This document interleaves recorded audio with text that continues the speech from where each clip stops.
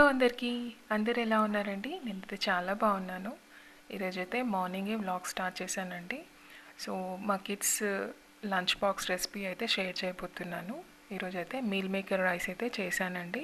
ఇది soya meal maker. So నేనైతే మొదటగా అయితే ప్రెషర్ కుక్కర్లో 1 గ్లాస్ రైస్ తీసుకొని బాగా కడిగేసి సరేసరి అయితే పోసేసి కొద్దిసేపు 5-10 మినిట్స్ నానాకైతే కుక్కర్ విజిల్ పెట్టేస్తానండి. ఒక 2 విజిల్స్కి అయితే రైస్ అయితే అయిపోతుంది. మార్నింగ్ ఏ హడావిడి లేకుండా చాలా క్విక్గా అయితే అయిపోతుందండి.